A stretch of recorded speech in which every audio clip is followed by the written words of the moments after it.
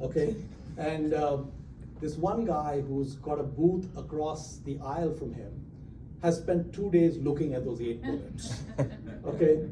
And after 2 days, just before he's like wrapping up, he comes across the aisle to talk to him.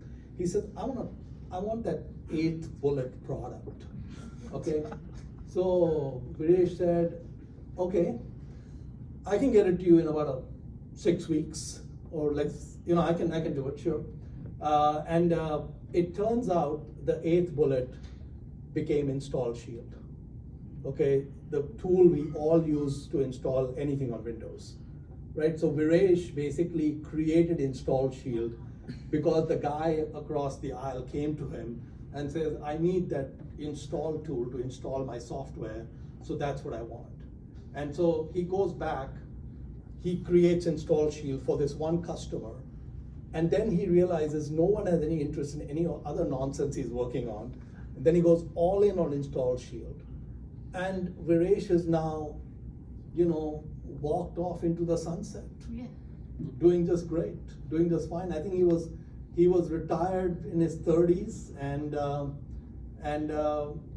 part of computer folklore, great, worked out great. So I think the really important thing is that your customer will always tell you. They'll tell you what you need to do. What happens with most of us is we are too headstrong to listen. You have to, sometimes it'll just be a passing remark. Because they're not going to tell you, listen, build this or do this. Then, I wish I had this, or something like that will come up in conversation, and you have to really pay attention. And I think that's really important, because it's really difficult as an entrepreneur without having all the market know-how to really understand what is going on. And then finally, the last, there are many mental models, but the last one I'll talk about is this model on cloning, right? So there was this guru, kind of a management guru in the 70s and 80s called Tom Peters. He was like kind of the Jim Collins of his time. Jim Collins also probably before your time. But Tom Peters was great. He was a great writer. He wrote a bunch of books like In Search of Excellence, Passion for Excellence. There was a story I read one of these books when I was like 24 or 25 years old. And Tom was talking about these 2 gas stations in California. It was a true story. So there were these 2 gas stations that were diagonal from each other. And they're both self-serve gas stations.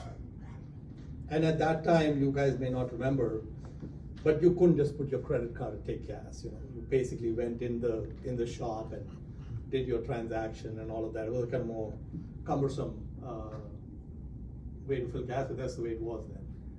So this one gas station owner, what he used to do is every hour and a half, he would come out, pick a random car, and just tell the driver, stay in the car. I'll give you a full serve. So I'll pump your gas, check your tires, check your oil, and clean your windshield, whatever. The guy diagonal from the street can see this happening. And his perspective is, well, this is stupid. You can't do it for everyone. What's the point, right?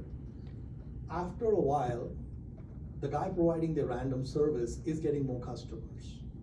And the guy who's not doing this diagonal across from him has seen that his business has gone down, and also knows why his business has gone down. And there's no behavior change. So Tom Peters says, you can sit down with your most direct competitor. You can lay out all your trade secrets and everything to them. They will listen to you carefully, and there'll be no behavior change. I said, this guy must be on drugs. This is like the most ridiculous thing I ever read. I thought Tom Peters was this happening guy. This is ridiculous. I said, how can some guy who's losing money, knowing why he's losing the customers, not make a change, right? So I said, here's what I'm going to do. I'm going to spend my life proving Tom Peters wrong, okay?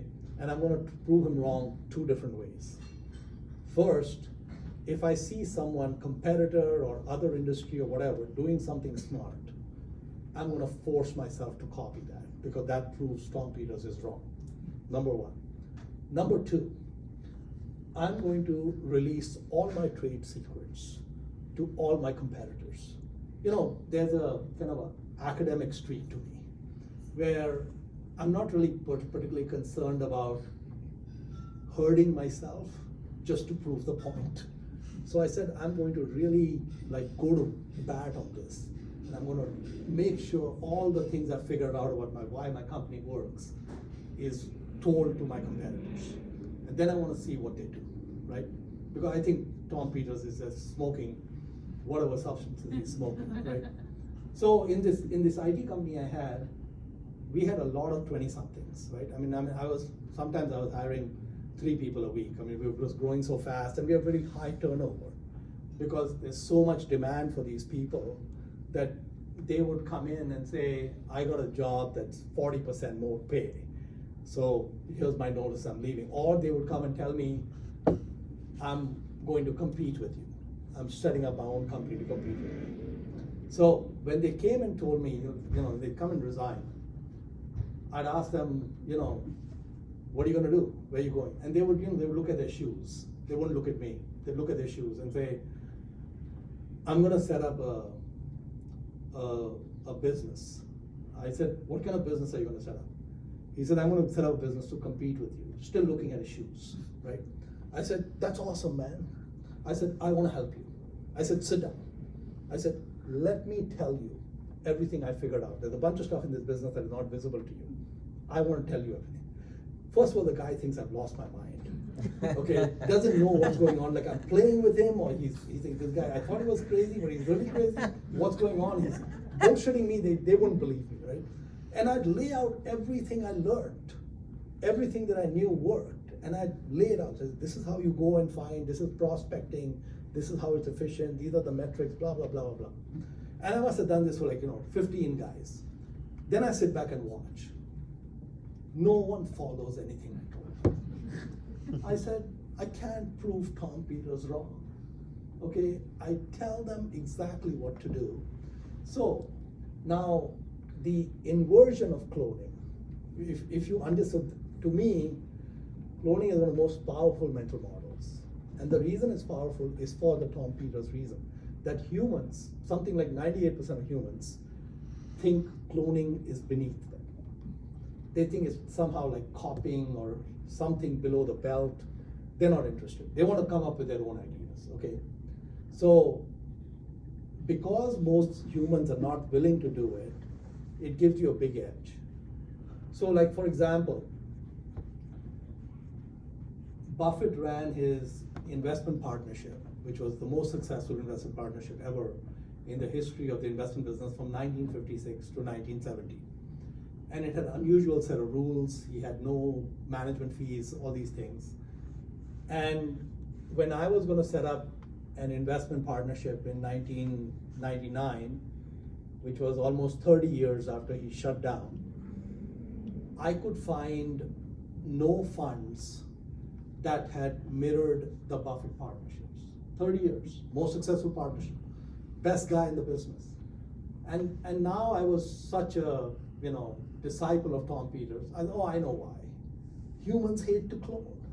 They're not going to clone Warren Buffett, even though he's God. They were not going to do it because it's beneath them. I said the Indian guy is going to do it. Okay? So I took there was a biography on Buffett written by Roger Lowenstein. I took that to my lawyer.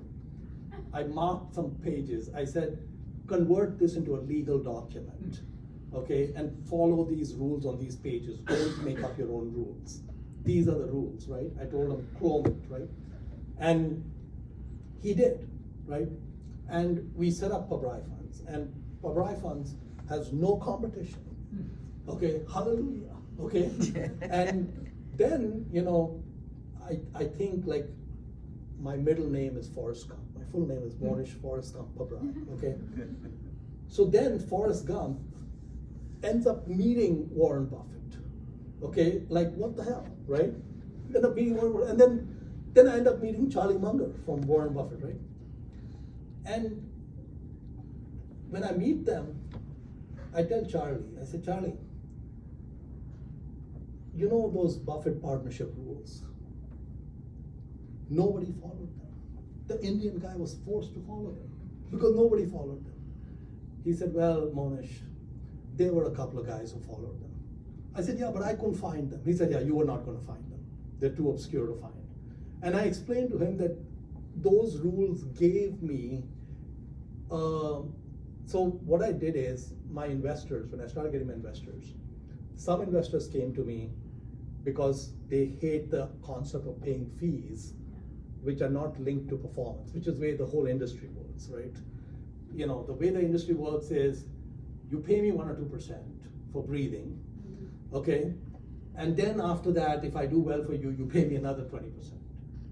What a concept, okay? But that's the way the whole industry works. And so some people came to me because they just didn't want to deal with that, right? The ones that came to me because they just liked me, I made sure they understood everything. I could brainwash them that these frictional costs are important. I just kept brainwashing all my investors, frictional costs are important. And then finally they agreed with me, yeah, frictional costs are really important. So they just stayed with me. Then if someone else approached them to invest with them, they would not go because they said, oh, you have management fees, I can't go there. I can't pay management fees. Please take it to zero. They'd say, what are you talking about, take it to zero? And so I think the thing is that cloning is a really, really powerful heuristic. So if you find, and I think from a startup point of view, right, you can listen to the customer and you can change direction. Even more powerful than that is clone an existing model, right? So someone's figured out something that's working, set your ego aside, just mirror it, and it'll work. And then it's even better than listening to the customer because it's already scaled. And you might be able to do a little better than what they've done it at. So anyway, there are many more models, but we're out of time. And I think, Harshal, we need to go to Q&A. Yes, sir. Okay, so we'll go to Q&A. You want to get started? Hey, Fahad, could I get my water? I can be first. If you can take the mic, that'd be great.